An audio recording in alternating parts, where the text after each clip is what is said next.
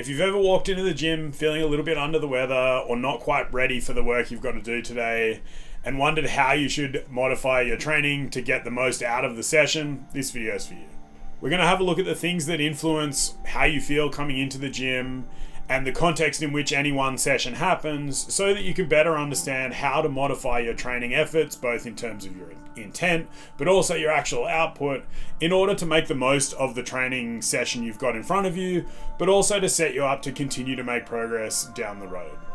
As much as I'd love to be able to give you a really concrete recommendation for you should cut your training volume by X amount and you should reduce the percentages by X amount and you'll definitely be okay, it unfortunately just doesn't work like that.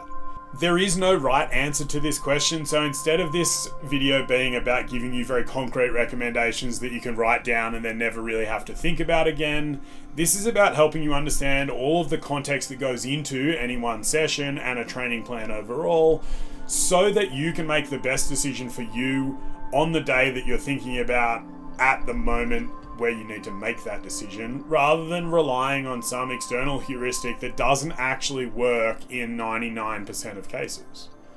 Because as much as people like to tell you in the fitness industry that there are very strict rules on how things work, the reality is that if you work really hard, consistently for a long time, pretty much anything works. And when you understand that, it becomes much easier to see that a question like, how do I adjust my training for a bad session, doesn't have a cut and dry answer that works for everyone. The way we approach modifying a session for someone in their early 20s who's training really hard to be a competitive powerlifter, who lives at home and is studying full time, is going to be very different to how we approach a training session that doesn't feel great for a single mum in their mid-30s who's got work and kids and a life to deal with. Because those two contexts are very different, and while the principles are all the same and all of the factors that influence those things are really the same, how we get the most out of that is very different based on who that person is and what they're trying to get out of the training process. So instead of this being about here's the hard and fast rules, we're going to spend a little bit of time unpacking all of the things that go into determining what is a bad session, what influences a bad session, and that kind of stuff. And then at the end, we'll talk a little bit more about practical examples of how you might unpack different scenarios, so that hopefully by the end of this, you'll be in a position to be able to confidently make the best choice for you on the day. The too long didn't read answer here is there is no right answer to this. It really has to be about what you feel is best for you. Even if you've got a coach and you're paying someone for that program, that person that you're paying, the coach, is never in your body, in your life, and can't understand deeply all of the things that you're dealing with at any moment. So as much as people like me want to give you guidance and help you understand it, it's much more about giving you all of the tools and the context you need to be in a position to make your best decision. Because the decision I make might be very different to the decision you make, and in the end, I can't make that decision for you. You have to have as much information as you can and be bought into the process in a way that allows you to make the best decision for you on that day. The first thing we need to touch on when it comes to a discussion about how to modify training plans for bad sessions is making sure that it was actually a bad session or is actually going to be a quote-unquote bad session. Training exists, like everything, on a relatively normal distribution, right? A bell curve distribution that encompasses your entire training experience. So in this normal distribution of training experience over time, on the x-axis you've got the level of quality of session you have across your entire training experience. How did you feel? How did it go? How was it? That kind of thing. On the y-axis, we've got the number of sessions you're going to get at any given level of satisfaction or quality, or however you want to define it, right? And the normal distribution of bell curve suggests that you're going to have at least as many sessions across your entire training career that make you feel like you've never trained before and you don't know what you're doing and you're entirely incapable of achieving anything, as you do the sessions where you feel like an untouchable weapon of athletic performance who is capable of crushing everything in their path. And actually, over a long enough time scale, the bulk of your training experience is going to sit firmly in the middle of like, yeah, it was all right. So rather than throwing all of the bathwater out with the baby or throwing the baby out with the bathwater, I'm not sure which direction you'd go there. Anyway, rather than throwing everything out the window at the first hint of, oh, I don't feel perfect, you need to recognize that your training is actually going to be largely made up of sessions where you don't feel perfect. Most of your training, you should probably walk away, and when someone interviews you on the way out and says, hey, how was your training session today? Your answer should probably be like, it was alright.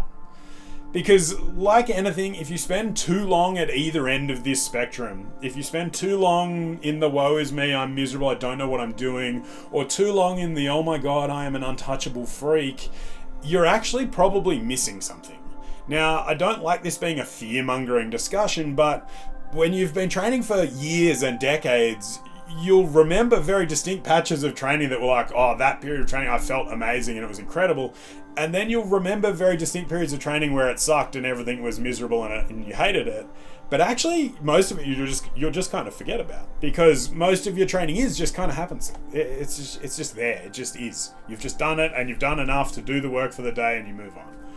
So understanding that is really, I think, the crux of this whole video. Because if you don't get anywhere further than just this first point, you just need to ask yourself the question, do I actually feel as bad as I think I feel today? And even then, you need to be able to do it anyway in many ways. And so accepting that feeling bad or not feeling great coming into a session does not automatically put you in a position where you need to change things, nor does it make it actually guaranteed that it's going to be a quote-unquote bad session.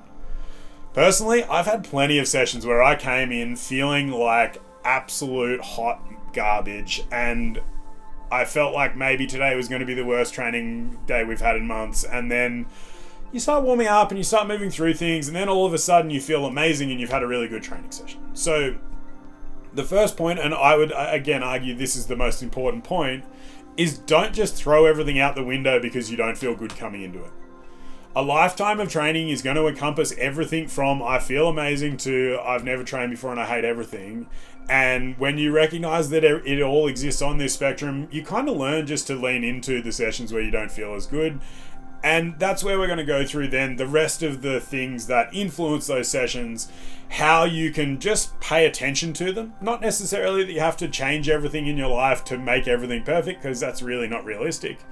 But instead to put you in a position where you understand all of the things that influence it, and so you can just have more data to make that decision with.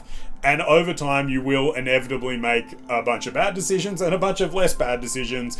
And over time, it's the gap between those that we're trying to reduce. There is no right answer here, and I'm going to keep coming back to that because it varies depending on the person and the situation. But with enough context, you can generally make the right choice for you on the day. And unfortunately, you've got to learn what the right choice is by occasionally making the wrong choice. What are the factors that influence whether you're going to have a good or a bad session? Now, chances are, if you're watching this, you are not a professional athlete. And if you are, great, cool, I'm really stoked. But in almost every case, certainly in the people that I've coached in my life, training is a really important part of life, but it is not everything. And unfortunately, unless you're me in my early 20s owning a gym and building my entire life around powerlifting, you're probably going to be in a position where actually the biggest influence on your training success is the rest of your life outside of the gym. Even someone who's really committed, who's maybe in the gym like 10, 12 hours a week, is actually not doing that much training when you compare it to the life you spend outside the gym. There's 168 hours in a week. You got 10 hours in the gym. That other 158's got a much bigger influence on the rest of your training than the other way around. And I think it's really easy, especially when you're new to training, to forget that your performance inside those four walls of the gym is actually largely influenced by the rest of your life. Because in most cases, you leave the gym and you stop thinking about training. So then when you get to the gym, you stop thinking about the rest of your life, and suddenly you're in a position where you're only thinking about training, but questioning why everything feels heavy, without acknowledging that you only slept 3 hours over the last 6 nights, and you've had gastro for a week and a half, and, you know, the world's collapsing around you. So essentially everything in your life affects everything else in your life. We are a complex and dynamic system that is made up of complex and dynamic systems that are all intertwined, that all influence each other. The really easy ones to pay attention to are sleep. That is probably the big one that everyone misses, and I'm yet to meet an adult who actually gets enough sleep, and I put myself into that category as well. Lots of good quality sleep is probably the best performance enhancing drug you can take in any circumstance, both mentally performing better, but also physically performing better. Then we look at things like nutrition and hydration and all of the stuff that encompasses fueling your body and allowing it to recover in that respect. So they're tied really closely together. Then we start looking at mental and emotional states. So things like your work stress, your life stress, family, relationships, all of that kind of stuff plays a really big role in how prepared you are to train, but also how well you recover from training. And then once we've covered those lifestyle factors, then we can start trying to look into, okay, well, where is the training influence, right? But for pretty much every client I've ever coached, when they come to me and say, hey, I'm not feeling good today, or I'm not having a good session, or I'm not having a good week, the first questions I ask are almost never to do directly with training. They are always to do with what is happening in the rest of your life. Talk to me about how you're feeling, about where you're at, about all of these kind of things. Because more often than not, when we start going into these conversations, it becomes very apparent that that person is in a position in their life where actually pushing the red line in training at 100% all the time is probably not the best option for them right now. And it's the cognitive dissonance between what your life is doing and what the stress of your life is with what you want and what you expect to get out of training that becomes the problem here. When all you want to do is train your ass off and redline everything and make progress and push forward, but everything else in your life is not conducive to that, you are going to have a really bad time. So while you can go to the level of things like daily recovery scores and tracking things and all of the kind of fun data stuff I really like doing, really the end result is that you're in a position where you can walk in the gym door and have a moment to just pay attention to what's happened in the last couple of days and how does that influence how your body feels right now, how mentally prepared you are to train hard. And that's then going to be really the basis for, okay, well, what are we then talking about in terms of the actual training aspects that influence a bad session? When it comes to the actual training parts that influence whether the session in front of you is going to be good or bad, really we're looking at the training load, both in terms of like micro scale, so like what have you done in the last week or two, but also like what have you been doing over the last 3 months, 6 months, year. And then we're looking at big shifts in intensity levels. Did you suddenly go like way heavier earlier in the week and now suddenly you don't know why you feel tired? That kind of thing as well. And then it is how close are you to competition and or events, right? So for powerlifters especially, there's this period somewhere between 3 and 6 weeks out from a powerlifting meet, especially when you really start getting into the sport and getting kind of good at it. There's a period where every powerlifter I've ever coached has come to me and said something to the effect of, I don't know if I can do this meet because I'm feeling really tired and everything feels heavy and miserable, and I get this huge shit-eating grin on my face because at that point I know you're ready for the meet. Because in powerlifting training, somewhere between 3 and 6 weeks out, you probably should feel a bit like shit because you're doing just enough training that your body can't quite recover and can't keep up with it. And then what happens in the process, and it's very much part of the process for powerlifting especially, is that we pull a bunch of that volume and intensity out slowly over those final few weeks, and then suddenly you come in on meet day ready to rip. And when you understand that that is part of the process, and it's part of why I love having this conversation, because it opens people's eyes to it, and then suddenly like, oh, okay, cool, I expected to be here, and now I know what this means, it becomes a lot easier to understand. Now, outside of competitive powerlifting and pushing really hard on the competition end of things, your proximity to whatever it is you're training for becomes relevant because it's going to determine basically the same thing. How much work are you doing, and are we kind of expecting you to feel a bit crap at the moment? If that's the case, well then you just kind of accept it and you roll forward, right? So These factors are all part of the process, and while I'm not going to unpack all of them in great detail here, I am going to do that thing where I point over here and pretend I'm linking to a video. I've done a video in the past on how you can improve your recovery and get more out of the training process, and that video has got a little bit more detail in a lot of these factors and how to kind of think about them. But for now, it's just important to recognize that it is not just the training that influences how you feel coming into a training session, but it very much is your life outside the gym and all of the stress and life experience that you have to deal with at any moment in time that's going to influence how you feel on any given day. The next piece of the context puzzle is really understanding the role of any one session in the overall training process. Whether you are a competitive athlete or just someone who wants to train to be fitter and stronger and healthier through the rest of your life, training as a process is a cumulative workload over time. It is not about any one session, any one training block, any one training week, any one training year, really. It is the accumulation of work over years and decades that gets training results. It's unfortunately much harder to sell that as an idea in the fitness space. And so we're often sold on this idea that like everything matters and you have to be pushing forward at all times and you have to be disciplined, not motivated, and you have to be able to carry the boats and all of that kind of motivational bullshit. And really, that is just, in my eyes, a byproduct of a post-capitalism society that is slowly rotting from the inside. This idea that we always need to be pushing forward and always making progress actually just doesn't work over a long enough time period. When you've been training for decades, you'll realize that there is an ebb and flow to training that very much mirrors the ebb and flow of life. It is this up and down push that comes, again, for most people from the rest of your life that influences how hard you can work in training. There are periods of your life where you will be able to push really hard, and that one bad session you probably should kind of push through. And there are other periods of your life where the progress you're making is actually just turning up consistently and continuing to exist while the rest of your life tears you down. And in those moments, doubling down and going harder into a session where you don't feel good coming into it probably isn't the right answer. So you need to zoom out a little bit and have a look at that one session before you panic too much and just decide to throw it all away. Because again, there really are going to be moments where you probably should just knuckle in and work.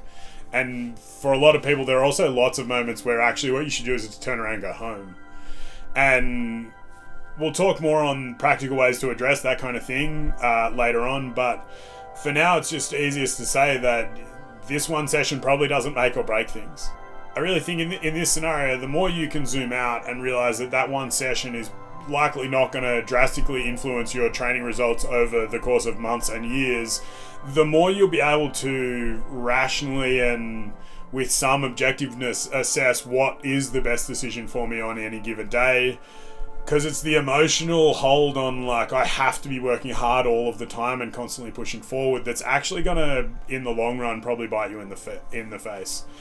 You really want to be in a position to work as hard as you need to in any given session as opposed to as hard as you can all the time. Because if you're working as hard as you can all the time, it's probably not sustainable. Certainly not in my experience. We need you to work as hard as you need to work in any given session to get the most out of it. And that is the fluid nature of training over time. The level of how hard you need to work in any given session varies over time. And once you accept that, it becomes a lot easier to make these decisions. The next piece of the training puzzle is understanding RPE, rate of perceived exertion. The key word there is perceived. And this for me has been a huge part of how I write training programs, and it really is the fundamental tool that I use to prescribe intensity for people both in the strength world but also in the endurance and cardio side of things as well, because it's a really useful tool to help you understand how hard you're ready to work today, but also to recognize that how hard you're working today is how hard you're working today. And that's where it can get murky when we start looking at numbers on the bar or heart rates or data points that are objective, but actually are really easy to look at in a non-objective way. Powerlifting is a really easy example here because in powerlifting we have this idea that the level that you hit at your best ever day, so your meet PB, the weight you've hit on the best day of your life when it comes to the sport you love, is the baseline for your performance. And then suddenly when you're not performing at the baseline of your biggest ever day of lifting, you feel like you're not making progress and you're a failure. But the reality is, for most people, that culmination, that powerlifting competition experience is a culmination of months of work. And it is months of work dedicated to making you your strongest on that day, at that time, on that platform.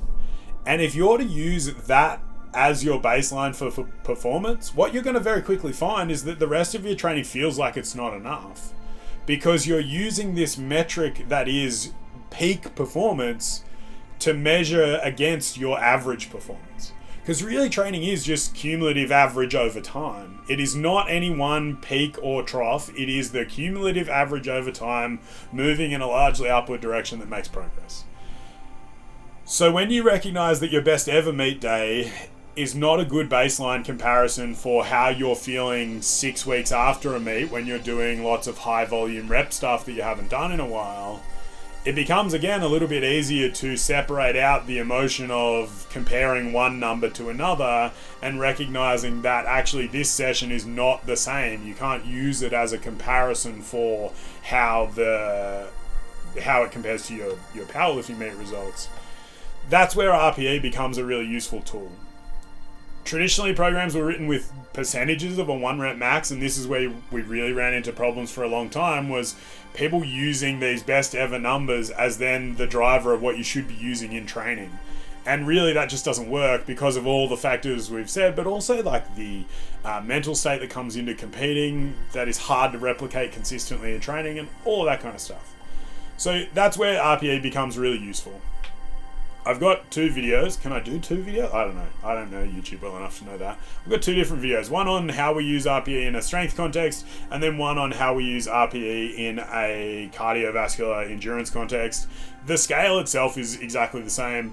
It is just a language we're using around time domains and reps and stuff that varies a little bit, but the RPE, the perceived part, is the important piece, right? That is this idea that it is, how did it go today, right now? Not how did it compare to last week, but how did it go today? The problem we have is we expect that there's this fairly linear increase in performance over time that just continues forever. And so when you hit a weight last week and it was an RPE 8 and you expect to hit it this week, it should be an RPE 7, but if it's not, then suddenly you feel like a failure. But if you don't understand the context of this session versus that session, then again, those numbers are kind of irrelevant, right? So when we're looking at RPE as a training tool, the number you used last week is just a data point. It is not the data point that determines what you're going to do today. It is a data point that influences that decision. But the biggest and most important data point that influences the decision of what you're going to do today is what you're doing today. The ad you see in all the super fund ads is past performance is not a predictor of future performance, and training is a great example of that. What you did last week is definitely going to give you some idea of what you're going to be capable of doing this week, but it's not a hard and fast rule that's going to work every time, because there's maybe 7 days between the last time you did this lift and today, and lots of things can happen in your life in 7 days. So recognizing that RPE is about how you're performing today and how it's moving today helps you understand that those data points we're using as a metric for performance, kilograms, heart rate, those kind of things, are just that. They're just data points. Kilograms especially is a funny one because we all have this very emotional attachment to the number on the bar, the weight on the bar, when in reality, your body doesn't have an internal metric for kilograms. There's no metric in your system, the systems in your body that understands that. Kilograms is a human construct. It is something we invented to measure weight, but your body doesn't understand it. It understands the difference between, wow, that was kind of hard, and wow, that was really fucking hard. And the attachment we have to the number is largely emotional. So you need to be in a position where you recognize that and know that the RPE and the number of reps you're doing or the time you're doing that RPE is the stimulus. The weight is just a way of tracking that stimulus over time. So on a day where you've not had a lot of sleep and your kid's sick and work's stressful and you come into the gym, the weight you can do for a set of 5 at an 8 RPE might be quite a bit lower than the weight you did last week, where you'd had a full night's sleep and you'd eaten well and work wasn't so stressful and your kids are all well. And that's okay, because it's not that you got weaker in that time. You were just not able to express the same level of strength that you could prior. And that's okay. That's part of the process. That is part of the up and down nature of your level of preparedness over time. And that's why we use RPE.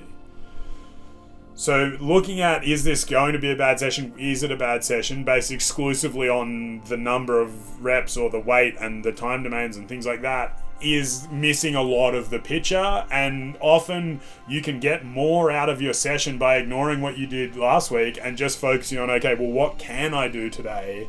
And accepting that even if there is a 15% swing down in the numbers, you are still within the box of what we're trying to do in any given session, because you're still doing the same thing. It's still a set of 5 at an 8 RPE, but it's just a little bit lighter than it was last week because you're not in a position to be as strong this week. So it all kind of ties into understanding that your performance is not a fixed and linear thing. It is an undulating process. And by building that into the training program, both in terms of using RPE as our main driver for prescriptions of intensity, but also by giving you, generally, we're going to give you windows of reps and sets to work within rather than a very fixed number. It's going to be like 2 to 3 sets or 2 to 4 sets of 6 to 12 reps at a 7 to 9 RPE. So that window there is built very intentionally with guardrails in mind to give you what is really like a minimum effective dose and then a best case scenario. And over time, you learn how to swing back and forwards inside that window to get the most out of a session on any given day. I think lastly, the most important part of the context of how do I deal with a bad session is recognizing that training programs are not this, it has to fit inside the box kind of thing. Training does not exist in this very rigid and defined box where you have to do exactly this amount of work over time to make progress. Really, training's like, am I sort of mostly in this huge big circle of roughly where I need to be about 80% of the time for about a decade? Because that's really what training is. It's cumulative work over time. And so any good training program is not this set in stone, you have to follow exactly this or you're a bad person. It is very much, here's a pretty solid outline of where we need you to be, and here's how to make progress within that outline over time, but it is there as a guide. And ultimately, as someone who's following a training program, whether you wrote it yourself, whether you paid someone to write it for you, you need to be the one that makes the decisions on the day based on all of the context we've talked about, but also based on the understanding that the training program is a guide. It's not there to make you feel bad if you can't achieve all of it, which I know a lot of people are guilty of, myself included. It is instead a guide for what's the best case scenario we can get out of you today, and a good training program has got guardrails that set you up for, okay, well, best case scenario is not going to work, so we're going to work on here's what we can get, here's how we can get the most out of it, right? The more you can think about it like that, the more you're going to be able to adjust things on the fly and ultimately get more out of the process and make the right decision for you on any given day. With a better understanding of all of the contextual factors that influence whether you're going to have a good or a bad session, or whether the session you just did is good or bad, we're going to look at a few more practical applications here, guidelines if you will. I think it's really important to remind you again here that these are not set in stone guidelines that work for everyone in every situation. These are some very broad guidelines that will give you a starting point for recognizing, okay, well, how can I adjust things? And then that's what's going to put you in a better position to be able to make the right choice for you at any given moment. How you modify a session and the changes you make to the training program is mostly going to be dictated by how and when you realize that the training session you've got in front of you is not going to go to plan. In some cases, it's on the way to the gym, you realize you're underslept, you're not feeling great, and things are feeling hard, and you recognize that maybe today's not a day to push really hard. How you respond in that situation is going to be much different to how you would respond, say, halfway through your warm-ups, where you're starting to warm up, things are feeling a little bit harder than maybe you thought they were, so you need to adjust your expectations around weight on the bar. And then that's going to be very different to how you change things based on attempting a top set in the context of powerlifting, say, and realizing your output's far reduced than what you thought it was going to be. All of these markers have a different approach, and really it is just about taking it step by step. I think that's really the sort of fundamental piece of how we adjust things here, is knowing that you kind of just have to take it each step at a time and make the decision for what's in front of you right now, enact that decision and see what happens. So on the days where you're on the way to the gym and you feel underslept and underprepared, my first port of call is get to the gym and start warming up. For most people, just sitting on a bike or a rower or something like that and starting really slow and getting your heart rate up a little bit, giving you some time to decompress mentally from work or whatever it is that you were thinking about on your way to the gym, often that's enough to put you in a spot where you can actually then just continue training as you would normally. And sometimes it's not. Sometimes a little bit extra time warming up makes you realize that really actually you don't have anything today, and it's totally okay at that point to go home. I think it's really easy for a lot of us, especially those that feel an overwhelming desire to be more and try harder and do more over time. It's really easy to feel like a failure when you don't get anything done. But I think the lesson for a lot of people is that it is okay to pull the pin and walk away, especially if you've got just nothing there on the day. It happens to all of us over time, and you get more and more comfortable with it, but it is important to recognize that there are just days where you really don't have it. If you are actually as lazy as you feel in those days, you wouldn't feel bad about it. I think that's the really important point here, is that going home and accepting that what you need today and the best outcome for you long term is more rest isn't a bad thing, and often a very valid choice. Now, if you're in your process of warming up for your first lift of the day, you've gone through things and everything's still feeling a little bit sluggish and slow and maybe heavier or harder than it normally does, then the real decision is about, okay, well, how do I adjust my expectations for performance in terms of weight on the bar or output in a cardio sense based on what I'm feeling right now as I'm going through the motions? In most cases, I think it's really important to differentiate between how it feels and how it is. Using things like video to have a look at how is the bar moving, looking at your heart rate data in a cardio sense to look at how are you actually performing in terms of speed and heart rate versus how it feels is the first checkpoint here, because sometimes it just feels shit, but it's actually working quite well. And often those are the days where you've just got to dissociate a little bit from your feelings and be able to work anyway, because you'll learn a lot about what you're capable of on those days.